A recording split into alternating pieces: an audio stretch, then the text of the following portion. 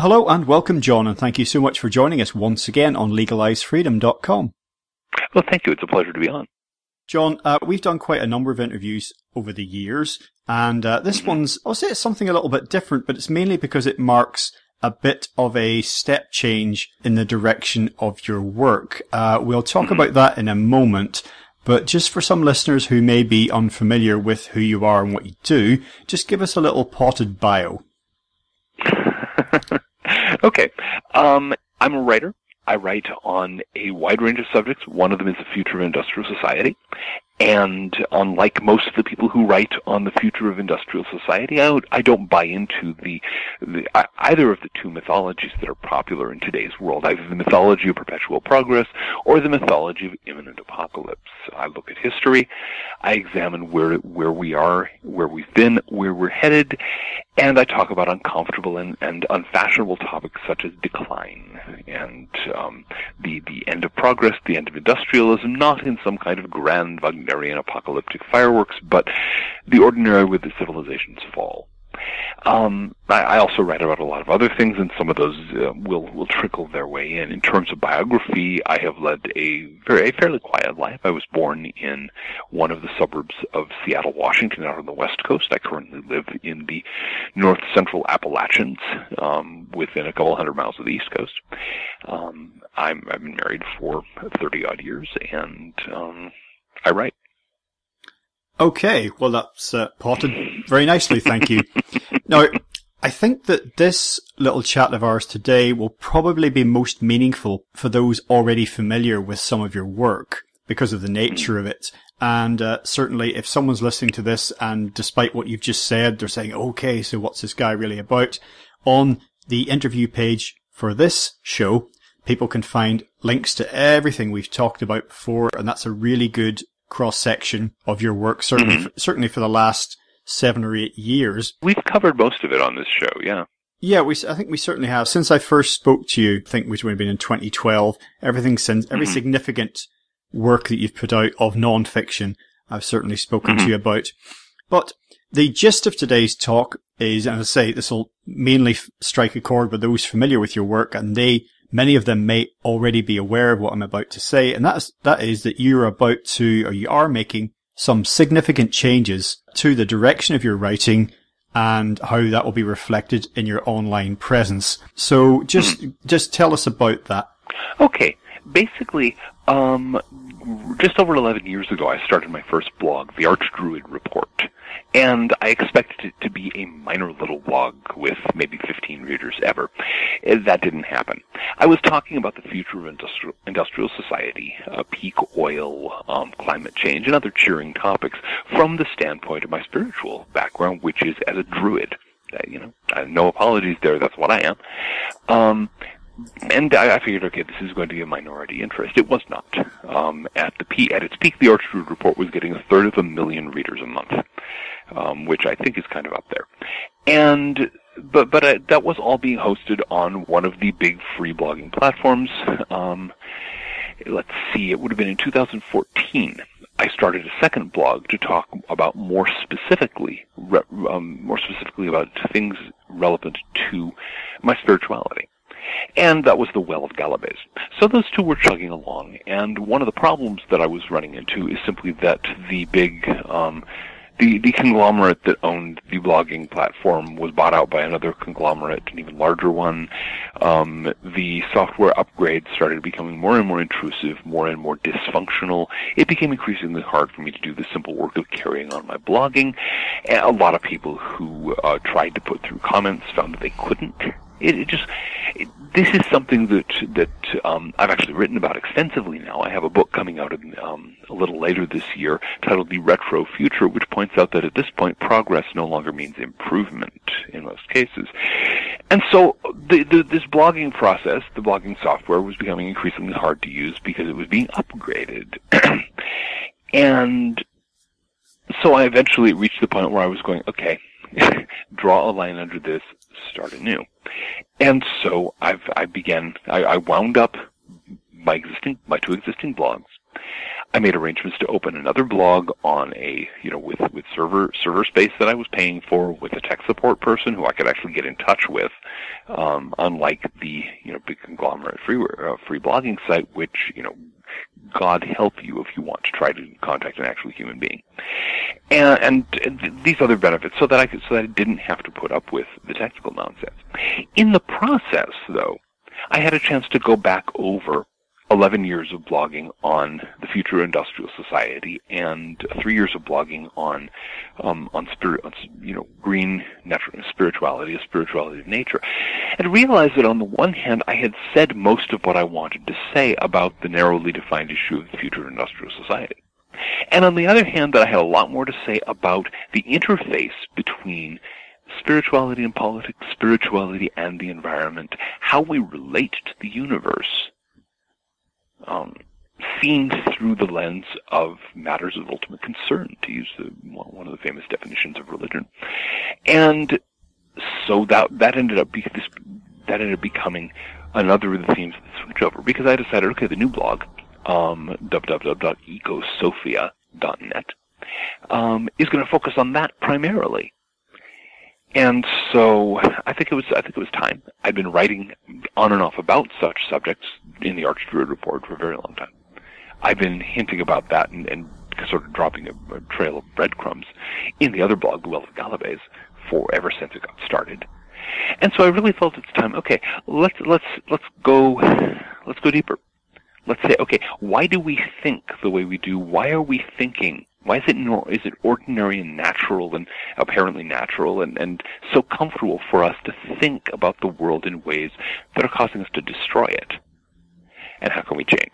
One of the final posts that you put up on the Archdruid Report I found very striking, and this was before I was aware of what was obviously going on in your mind along these lines, which was, I think it was How Shall We Then Live, or very similar title to that. Yeah. It was this like deep philosophical musing. Of course, it reflected some of the things that you've just mentioned, and I remember thinking at the time, I hope he explores more of this territory, because as you say, you had thoroughly gone over the how shall I put it, the more practical, the more obvious aspects of the changes coming down the line that we're facing. So in all of that process that went on in your mind, it sounds like it was a combination of the decision to make these changes was kind of necessary.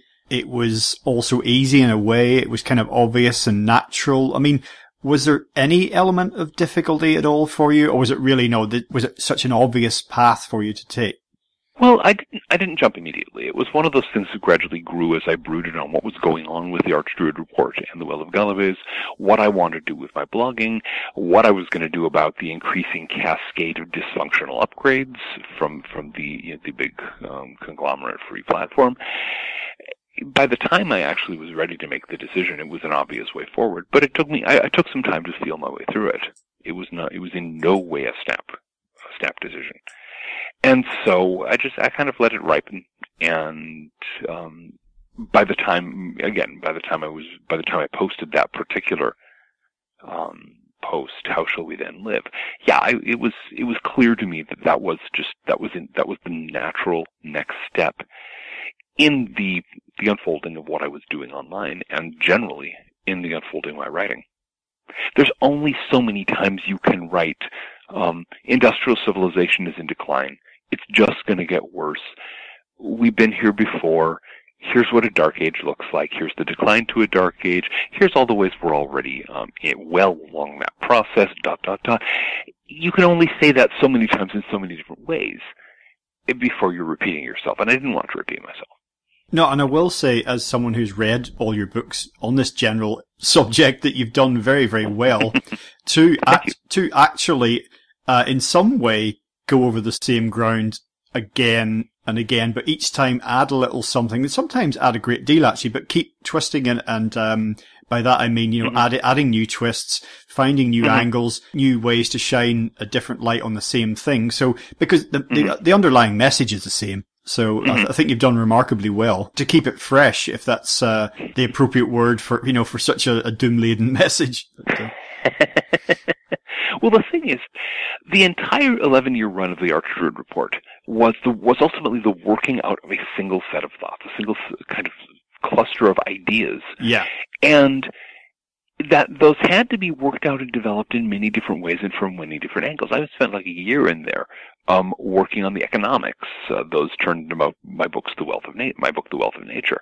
I spent, about a year and a half discussing the way that progress has come to function as a religious myth in our society. Most people nowadays put their faith in progress the way a devout Christian puts their faith in the second coming of Jesus. And that turned into my book After Progress, of course. So, each of these aspects of the thought had to be developed in full just because that's the way I like to think. And as I worked them out, I gradually filled in the available territory around this basic cluster of ideas. But it's basically done now. And so now it's the next step.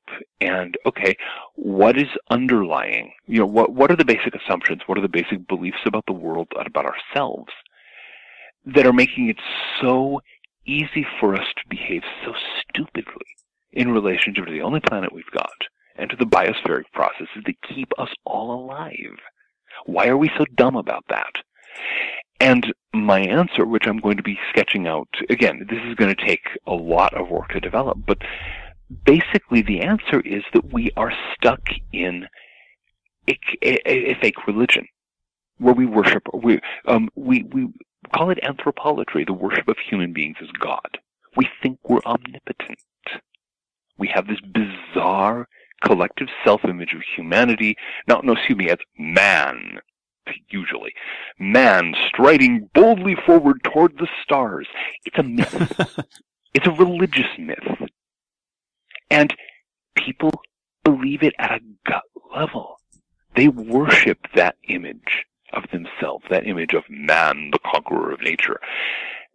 And that delusional worship, that ersatz religion, that frankly crazy ideology is what's running our civilization and our species face first into the brick wall of ecological disaster.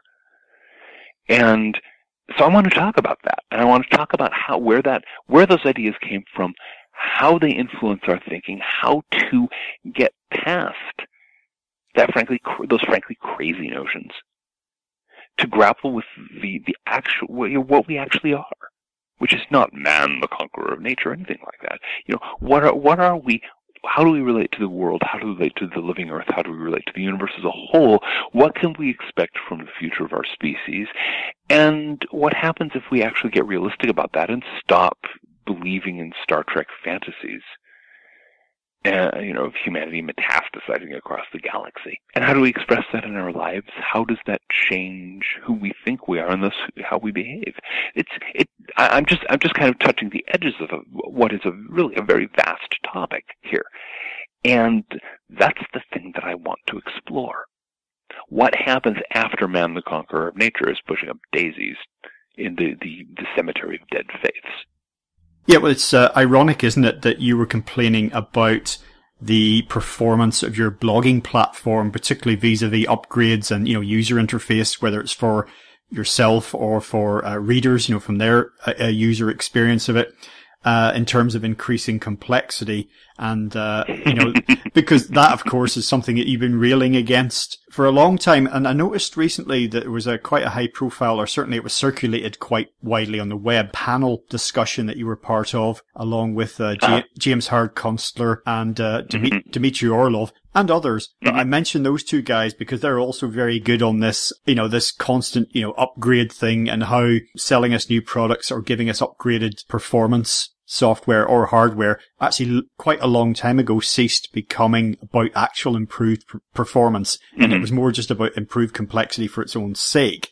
It was a great discussion all round, I thought. Some great questions. Kunstler I'd had on here before, and I was very impressed with him. Dmitry Orlov I just had on recently, and we got on like a house on fire. putting you guys together, I don't know if you'd actually, I know you'd known James, his work for a while. I don't know if you'd known him personally. But oh, yeah. Putting you two guys together and Dimitri and the others on the same panel, it really was like, why are these guys not, reporting to the United Nations or something, But then I thought, well, that wouldn't really do any good anyway, But, the world needed to be watching that debate as far as I was concerned. Oh, we had a grand time. Dimitri and Jim and I and Chris Martinson, one of the other guests, we have been on peak oil panels for years, since there have been peak oil panels. Back when ASPO, the Association for the Study of Peak Oil, used to be holding the big conferences in Washington, D.C., we were perennially at those. We attended lots of other things. So it was almost a reunion when we got together in Lancaster, Pennsylvania, and at that event, and we had a grand time. But with regard to the point you made about upgrades, yeah, Calvin Trillin, the writer and essayist, really hit a nerve. What was it? A few months ago, he had an essay out suggesting the scariest word in the English language right now is upgrade, because you never know what they're going to do to the software that you need, and usually they're going to make it worse. Yeah, I mean, it was indeed, I mean, yeah, there was a serious irony at work here in that I'd been talking about how progress no longer means improvement, how the next generation of any given software usually has more downsides and fewer benefits than whatever it replaces, that complexity for its own sake is a recipe for disaster, and what happens? My own blog starts getting caught in that classic trap. And so, yeah, it was, definitely one of those things that, mind you, I didn't yell and pound my fist or anything like that. I did my best to go, yeah, that's about what to expect now. But the new blog is on a much less complex platform, which, again, has only such bells and whistles as I actually need. I have an IT person, an actual human being, rather than some kind of vast electronic algorithm or something, who I can talk to, and who in a very low-tech manner, and who can pull plugs on things. We've already had to disable one upgrade, which rendered one of the functions of the site non-working, and I'm sure there will be more. And in fact, I expect one of the things we're all going to see in the years immediately ahead is situations where the single most important thing you have to know how to do in order to keep, especially what online software, computer stuff, and so on, to keep functionality, is to know which upgrades to block, what progress not to engage in, because each new step forward is a step downward. Well, not that long ago, I had the hard drive on my laptop failed terminally. That was it, lights out. It happens occasionally. Yeah. It's like the engine on your car blowing up, it's just one of these things. As long as you can recover the data, you're okay. So I spent my £100 or whatever it was on getting a new hard drive. One of the things, the side benefits, quote unquote, was, and the IT guy was very enthusiastic about this. He said, "Oh, we'll have to reinstall Windows. What package were you on?" I said, Windows 7, which is the one I got the last time my hard drive failed. He said, "Oh, well, you'll be on Windows 10. And it was only when I got it back home and I thought, what the hell is this? Where have those useful features gone to? That I then went on to, how shall we say it, a popular search engine, looked up Windows 10 and found a whole community, a whole raft of websites devoted to complaints about Windows 10. And I make no apologize. This is a Microsoft product here, but we're not going to get done for defamation because everyone knows it's rubbish. And since then, I haven't met anyone, and I know some people who know a lot more about IT than I do, who says, Windows 10 is wonderful. We're so glad for the upgrades. It's just people saying, please, has anybody got a copy of Windows 7? And presumably when that was released, people were complaining about that. As I recall, Windows 7 actually got fairly good reviews, but it came out after 3 or 4 other real dogs. And every so often, Microsoft kind of accidentally produces something good these days. But yeah, Windows 10 is so bad, they were giving away for free, and nobody was taking it. Yeah. And yeah, it's a great example. I have the advantage of living in a very poor part of the United States right now, and I can go down to a used computer place here literally on the wrong side of the tracks, and get a reconditioned used laptop in good condition with Windows 7 installed.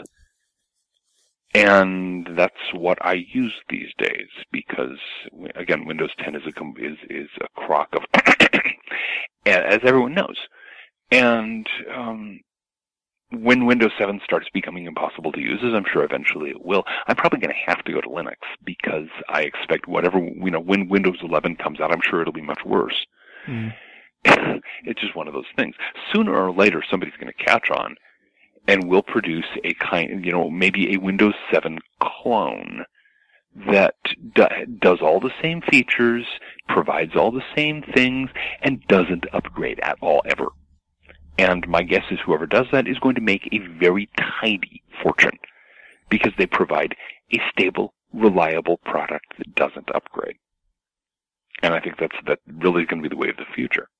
Speaking a little more about the thinking behind EcoSophia.net, your new platform, which in your words, you say will reflect, quote, the emergence of a new fusion of ecology and religion in our time, not simply as an abstract worldview, but as a way of life and a system or system of systems of spiritual and esoteric practice. Now, my boil down from that immediately was, well, I'd long held the view back since I'd started reading about the potential future, dark future ultimately for industrial civilization back in the 70s. I'd always said to myself, the biggest hurdle for people to try and come to terms with this is going to be in the mind. It's going to be psychological. The physical challenges are vast. It's going to get worse before it gets better. But if there's one thing that we could get over, it's the hurdle in our minds. So it always occurred to me that we're going to have to find a way of seeking and finding meaning and purpose in our lives, in existence, beyond the shallow way that so many of us find it now or pretend to find it. And this is, for me, this is why I'm so very excited about what you're going to be moving on to next. Now, you use the word spiritual there in that statement I've just quoted, and also the word religion. And again, this reflects your personal life, your worldview, how you see things. But perhaps you could just say a word about just my general statement about the idea that it's always been a psychological barrier, and that we will find a way out of it. If we're going to find a way at all, we will find a way through this and find meaning and purpose, not in stuff, not in things, but in ourselves, in each other, in our relation to the wider world, to the cosmos. I would say one of the problems we face is that these days the term religion gets used for a very, very narrow range of things. It usually has to do with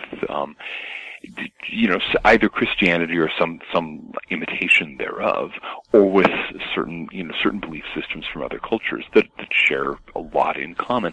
The question that I think needs to be settled is where are your values? What do you think is of ultimate importance? What really matters to you in a very real sense? That's your religion. The other question is, what are the narratives? What are the stories that you live your life according to? That's really where your religion is. That's where I'm talking about the idea of man, the conqueror of nature, as this mythic figure. We've got this story stuck in our heads, and it's a dysfunctional story. And we need to learn different stories, and we need to learn to set aside the notion that man, the conqueror of nature, is the destined ruler of the cosmos, and who for whom the whole universe is his Lebensraum. We need to ditch that. We need to outgrow it. And when I use terms like spirituality and religion, a lot of what I'm talking about is the fact that people have a religion they don't admit to. They don't see it as a religion because it doesn't have the same trappings as, the C of E church down the block. The anthropolatry, the worship of man, the conqueror of nature. It doesn't necessarily have organized churches, although it might as well have priests. What's the guy's name? Carl Sagan was a great example in the not-too-distant past. Neil deGrasse Tyson, I think, is the current high priest of man, the conqueror of nature.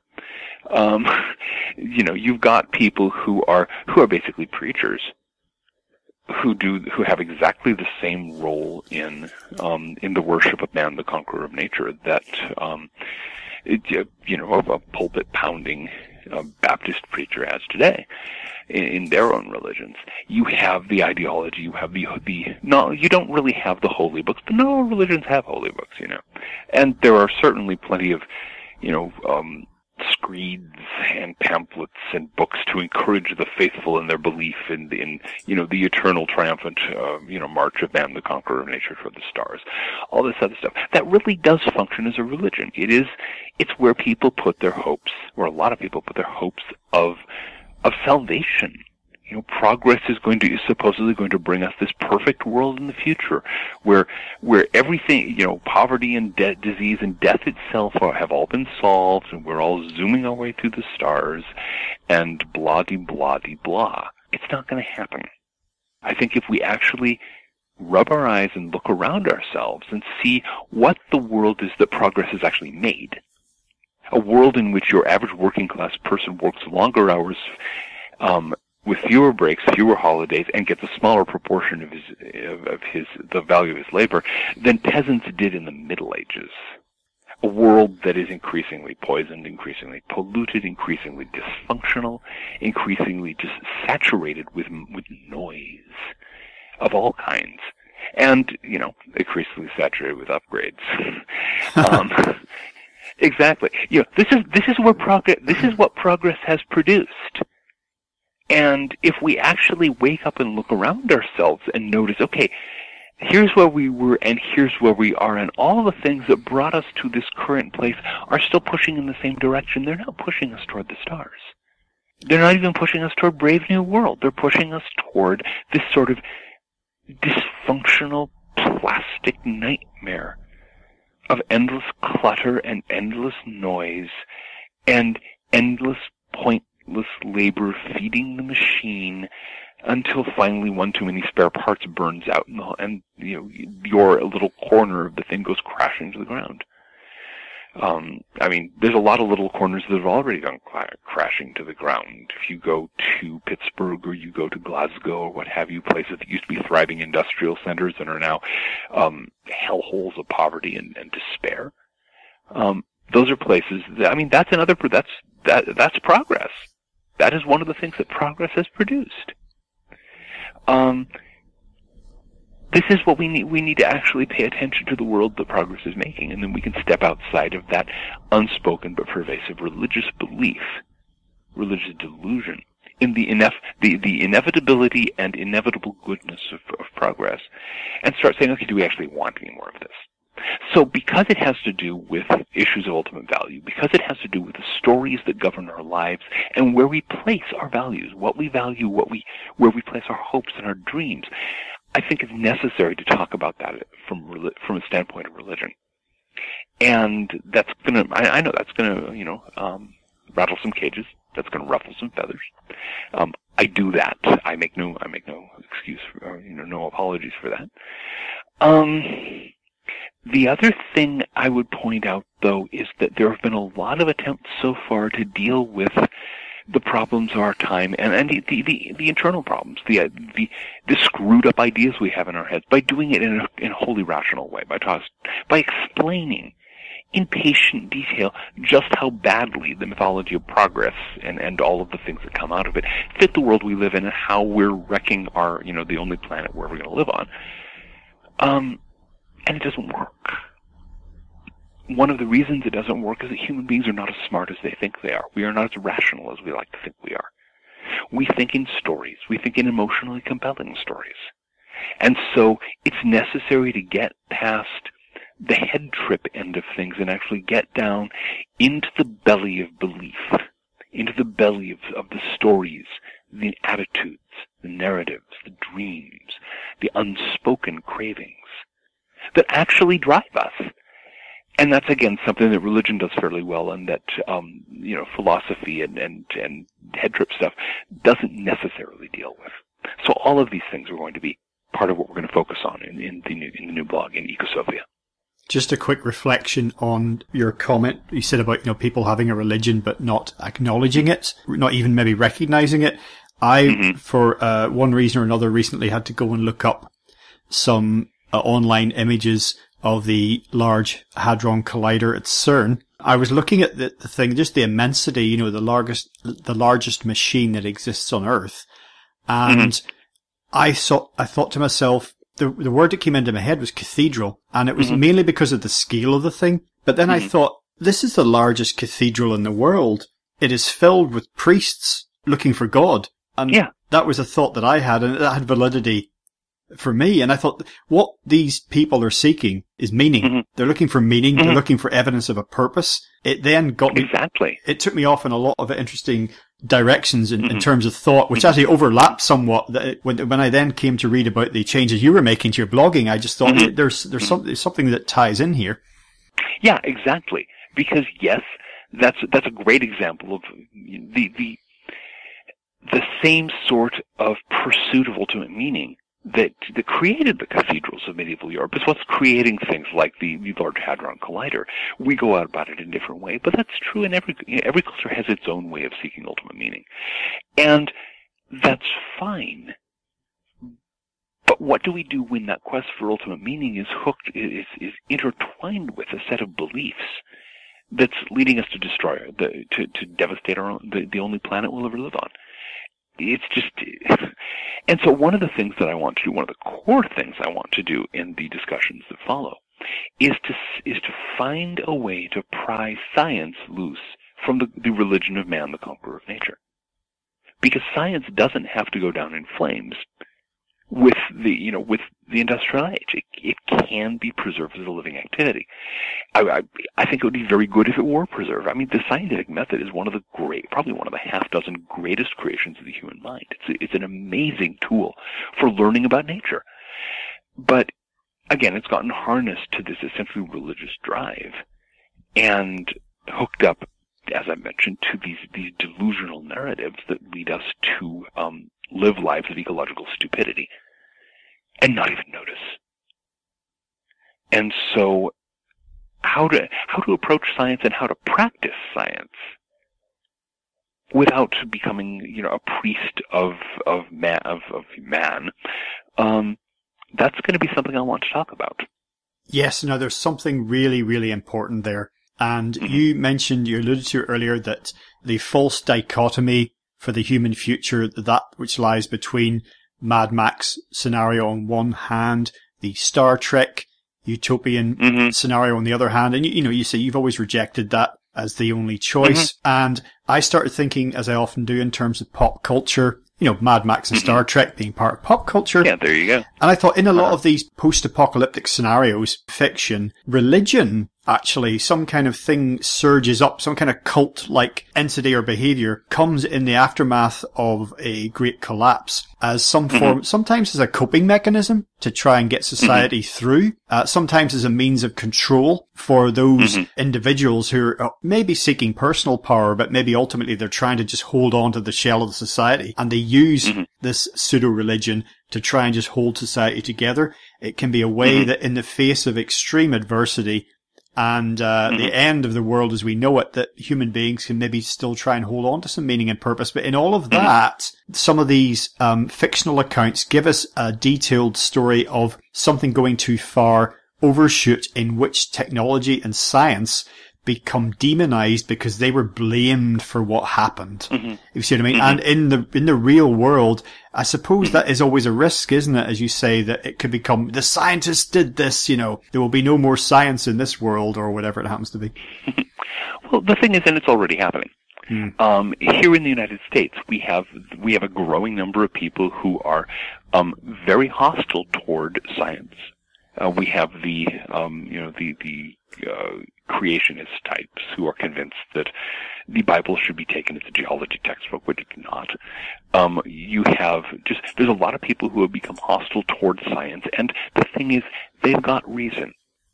I think of the number of people who simply don't, when some guy in a white lab coat comes up and stands up and says, you need to do X for the sake of your health, a lot of people go, why should I believe you? And the reason they do that is because there's been so much fraud and so much chicanery in the medical field. So many treatments and drugs that cause more harm than they help. So much pursuit of profit at the expense of the consumer of medical care, the consumer of anything else. science has unfortunately been in many fields, in many areas, corrupted by money. And so it's lost the respect of a huge number of people. One of the reasons why so many people, on this side of the pond at least, reject the idea of global warming is precisely that they don't trust the scientists anymore. They assume that it's just, it's going to be like cholesterol. You remember when cholesterol was bad for you? And now some of it's good for you. Exactly. They're just going to flip-flop again. And they've come to see science as not a way of understanding the universe, but as just another form of propaganda that's used to manipulate people. And the horrifying thing is that in some cases they're right. And so that's, you see, I think that one of that theme in science fiction that we see so often of a reaction against science in the wake of apocalypse or of decline, I could see it. I could really see it. And one of the things that I think really badly needs to happen is that at least some people in the scientific community need to stop. Look at what they're doing.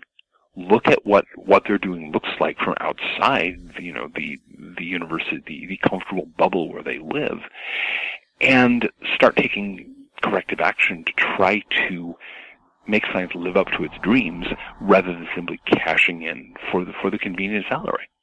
That's a very hard road to hoe, and there's going to be a lot of work needed. But I think it can be done, and we're going to be talking about that on the blog. Sticking with science fiction for a moment, if we consider that the modern industrial stroke scientific era, if we think of the scientific revolution and then the industrial revolution and how that in various ways has brought us to where we are now, the point you've made and many others have made is that's a relatively short space of time in the span of human existence. But then thinking about predictive sci-fi, you can go back to The Machine Stops, for example, in 1909 from E.M. Forster, or the well-known pioneering movie Metropolis, Fritz Lang, 1927.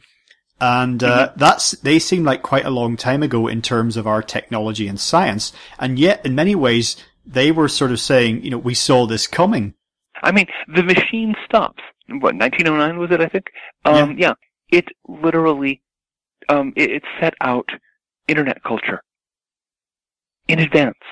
It has everybody staring into screens and typing messages to each other, and even got many of the vices and problems of internet culture in 1909. It wasn't that hard to figure out.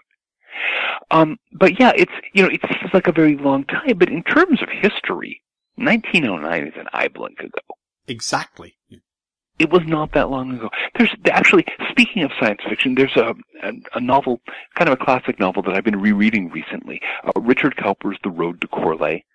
Cowper was a British science fiction author, and it's set, this was written in, I think, the early 1980s, don't quote me on that, but it's in a post-global warming world. Great Britain has turned into an archipelago where all of the hills and uplands are islands divided by, lots of open water.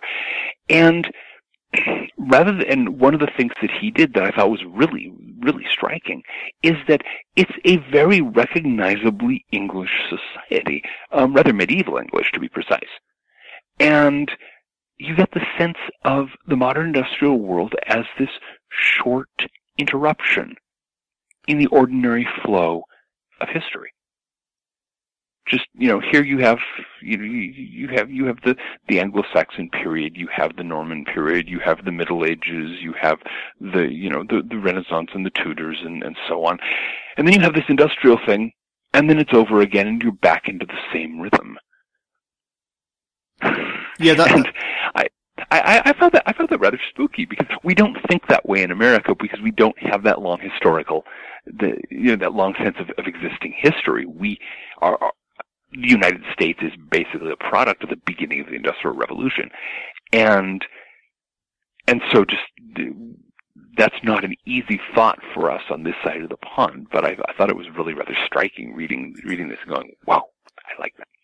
Well, actually, you read my mind in terms of the next thought I was about to come back with, which is in terms of this grand arc of progress that we're supposed to be on.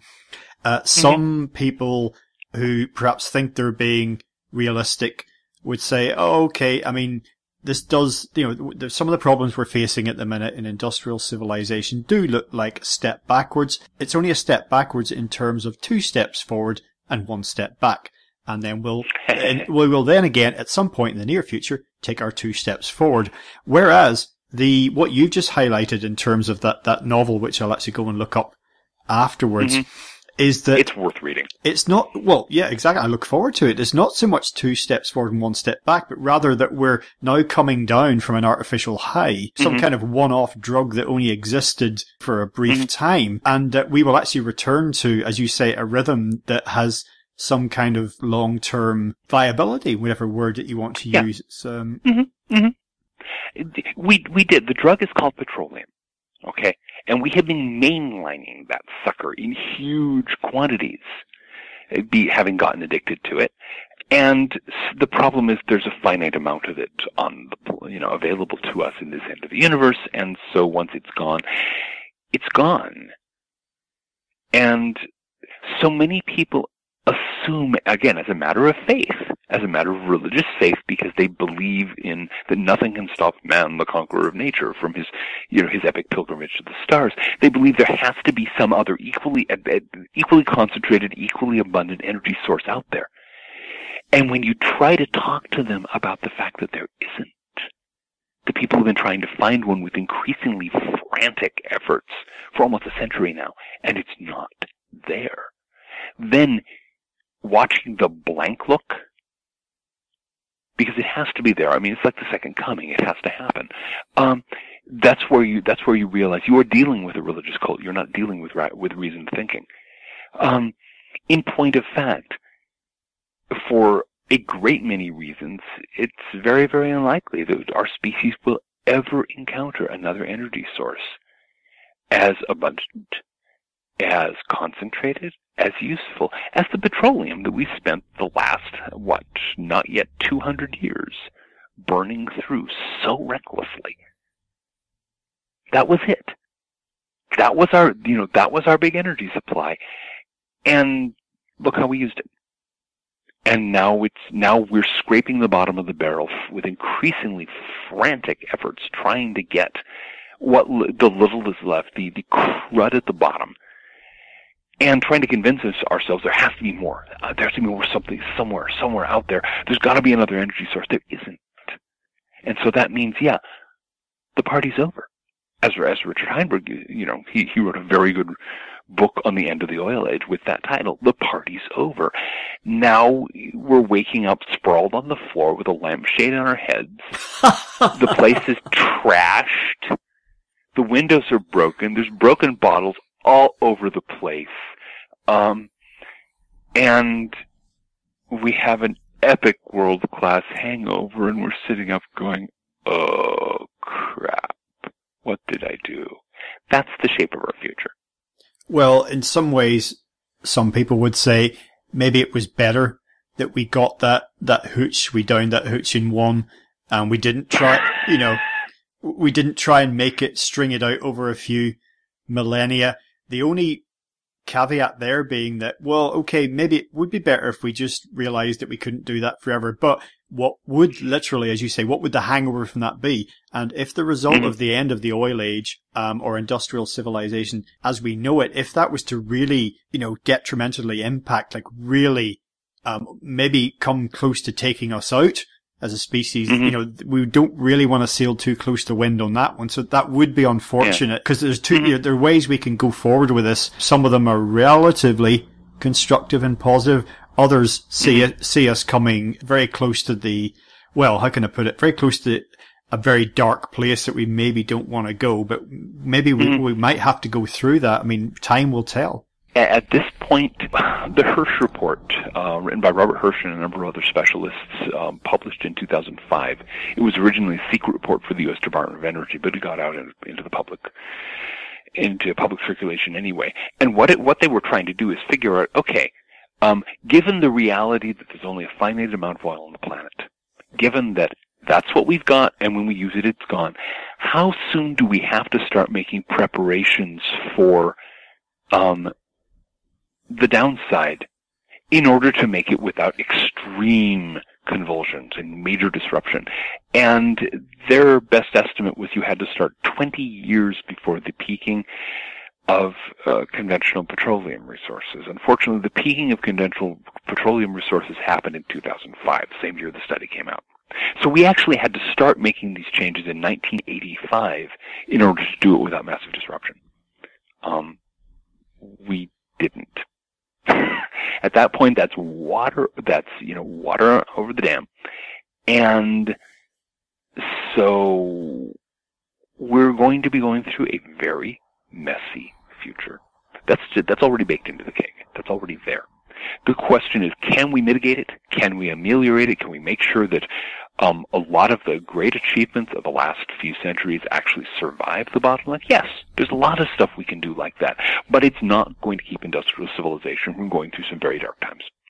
Well, just a final thought from me, John, as we begin to close up for today. I think it's interesting that if we forget, well, not necessarily forget, but if we somewhat set aside anything that might previously have been called a pagan revival or an archaic revival or anything like that, I think it's interesting that there's, in my sphere of influence and experience, there's a lot of people taking an interest in how we used to live, a very positive influence, not one born of desperation, but very, very positive, whether it's from a spiritual perspective or whether it's from a purely practical perspective. But I find just there's a magical and mythical consciousness kind of re-emerging that I see in tandem with a lot of interest in how we used to do things, and it's very inspiring. And I feel that there are, for every kind of internet addicted slug that is born today, who will just live in a single room and stare at a screen and with wasted muscles and exist on junk food or whatever, there is someone being born into the world that really will see it anew. They'll see what the potential, the possibilities that have always been there, and they won't necessarily be mesmerized by this short-term kind of movie that's been running, that's had so many people entranced for so long. And I think what we make of the near and medium term future, which is all I think that you and I, who won't be that long for this world, I fear, all we can really think about, I think it's there for the taking, and as much as I just said a few moments ago, I think we may go through some very dark times and things may get a lot worse before they get better. But I do feel that the future is there. It is not written. We can make of this what we will, and it's, the plates are up in the air,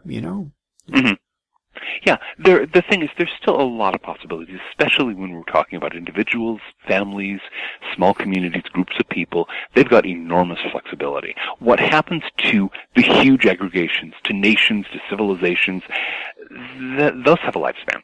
Those have a cycle they sort of stumble their way through, especially civilizations.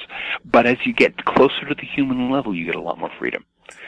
So the thing I want to point out, though, is that the fact that people are starting to take an interest in older ways of doing things, yeah, it's a hugely hopeful sign in two ways. First of all, because a lot of those older ways are actually sustainable, where the current high energy, high complexity, high technology ways are not. But the other thing is that it shows that people are starting to notice one of the great unspoken facts about life in modern industrial society, which is that it sucks. It's not, again, the world that progress has made, it's not utopia. It's quite the opposite. It sucks. Living in older ways is actually more fun. It's more interesting. It's more entertaining. You can do things that you can't do on a glass screen. And it engages the whole of you. It's not just, your thumbs and your eyeballs. And so people are starting to wake up and notice that. Now, when I say that, and I've said it at various times in various places, somebody immediately leaps up and tries to drag in some usually caricature of some really bad thing that used to happen back then. Were there bad things that happened in the past? Of course. Okay. That doesn't mean we can't pick out the good things. That doesn't mean we cannot create a hybrid of those modern things that we can preserve and those older things that we can revive and put together something wholly new out of the mixture. That's heresy. That's blasphemy in the ears of believers in man, the conqueror of nature, because you're not supposed to choose what technologies you use. You're not supposed to pick and choose from the past. That's just blasphemous. The past is evil. The past is the hell from which the Messiah of progress is saving us. But in fact, when lifeways from the past are more viable, more sustainable, and more fun than those of the present and the impending future, why not? John, today we've been talking about changes going forward in your online presence and blogging. You've got a new blogging platform already out there, ecosophia.net. You can tell listeners a little bit more about that, when that's really going to kick in. You've also got books coming out later in the year. The retro future you mentioned earlier.